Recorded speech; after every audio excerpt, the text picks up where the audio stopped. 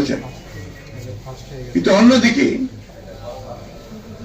সংবাদপত্রের মালিকরা যারা বিভিন্ন আপনার যে হাউসগুলো আছে, বিজনেস হাউসেস, তারা কিন্তু অন্যায়ভাবে সাংবাদিকদের উপর নির্যাতন চালিয়ে যাচ্ছে। আমি একদম বলতে চাই খুব স্পষ্টভাবে, গতকাল আমাদের প্রেস ক্লাবের সভাপতিকে যেভাবে পদত্যাগ করতে বলা হয়েছে, এটা কোনো সভ্যতার মধ্যেই পড়ে না।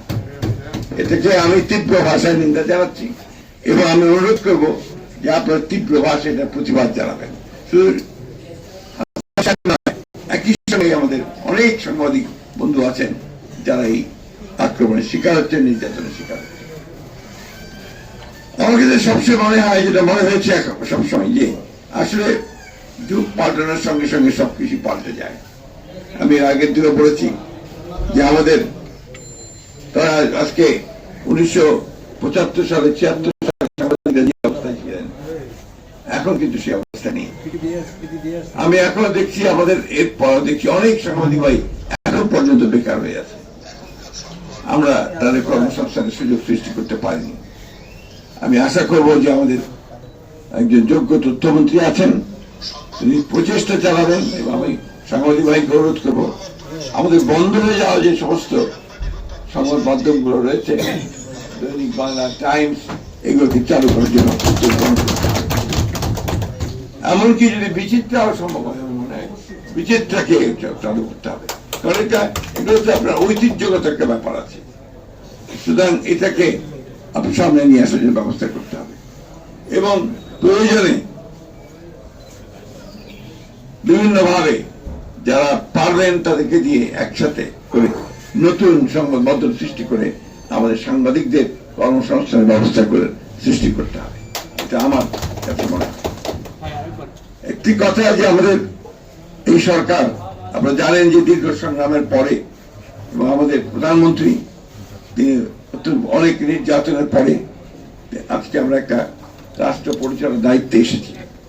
এই দায়িত্বে আসার পরে পরে যে ঘোষণাগুলো তিনি দিয়েছেন, সেই ঘোষণার মধ্যে কিন্তু আপনাদের সংবাদ মাধ্যমের স্বাধীনতাকে নিশ্চিত করার ব্যাপারটা তিনি বারবার করে বলেছেন এবং আমি ইতিমধ্যেই যেটা লক্ষ্য করছি, তিনি আপনাদের সকলের সঙ্গে মত বিনিময় করছেন।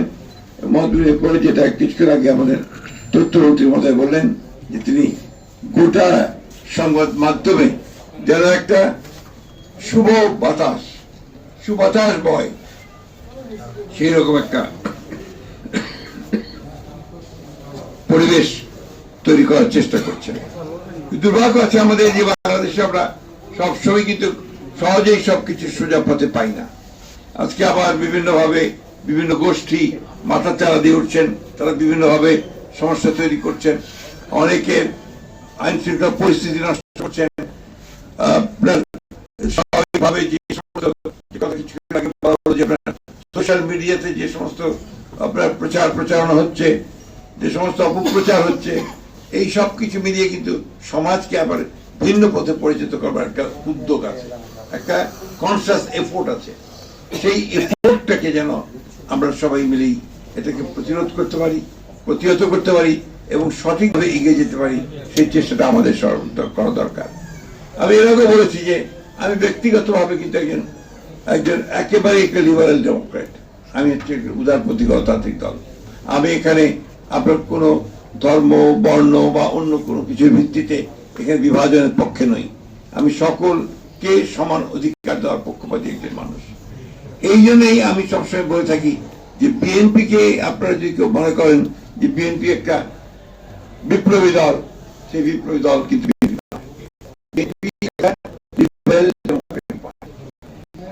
এটা কি আপনার সবসময় মনে রাখতে হবে আমাদেরকে। এই জন্যই আমরা মনে করি যে বিএনপি হচ্ছে সবচেয়ে নিরাপদ একটা রাজনৈতিক দল, যে দলের মধ্যে সাংবাদিক বলুন বা অন্যান্য পেশাজীবীরা আছেন তারা কিন্তু সবসময় নিরাপদ থাকতে পারেন, কারণ বিএনপি অন্যের মত সহ্য করবার একটি রাজনৈতিক দল এবং সেইটাই আমরা বরাবর করে এসেছি। আমি নিশ্চয়ই আমার সঙ্গে আপনারা সবাই একমত হবেন, বিএনপি যখনই সরকারে এসছে সাংবাদিক দলন বা নির্যাতন কিন্তু সবচেয়ে কম হয়েছে। আপনি এটা খুব বেশি খুঁজে পাবেন এবং কারণ বিএনপিতে বিশ্বাস করে।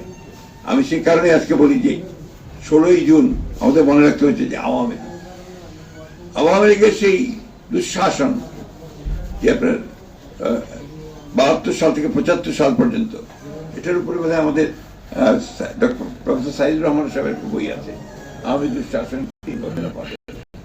কিন্তু এখন এই যে 15 বছর আমি যে ভয়াবহ দুঃশাসন গুলো গেল, এর মধ্যে বহু লেখা বেরিয়েছে, আমাদের মারুফ কামাল থেকে শুরু করে অনেকে লেখা বেরিয়েছেন। কিন্তু ঠিক এইভাবে একেবারে এই 15 বছরের দুঃশাসনের উপর, তাদের ফ্যাসিলিটির উপরে সেরকম কোন আপনার কম্পাইল বই আমি কিন্তু এখন পর্যন্ত দেখিনি। এটা বোধহয় প্রয়োজন আছে। আমি অনুরোধ করবো আপনাদেরকে, যারা আপনারা লেখালেখি করেন তারা এই দিকে একটু যোগ দেন। আমি তথ্যমন্ত্রীকে অনুরোধ করবো যে বিষয়টার উপরে একটু নজর দেওয়া উচিত, যাতে করে সত্যিকার ইতিহাসটাকে আমরা তুলে ধরতে পারি। যাই হোক, আমি বক্তব্য দীর্ঘ করবো না। আপনারা সবসময় আমাকে দেখেছেন আপনাদের মাঝে যে কোনো সময়, সেই জন্য আমি কৃতজ্ঞ আপনাদের কাছে। একটা কথা আপনাদেরকে আমি আজকে বলে যেতে চাই, যে আপনাদের অধিকার রক্ষার্থে আমি কিন্তু আপনাদের সঙ্গে ছিলাম, আছি, থাকবো। আমি বক্তব্য বাড়াবো না। আজকে 16ই জুনে আজকে সেই কালো দিবস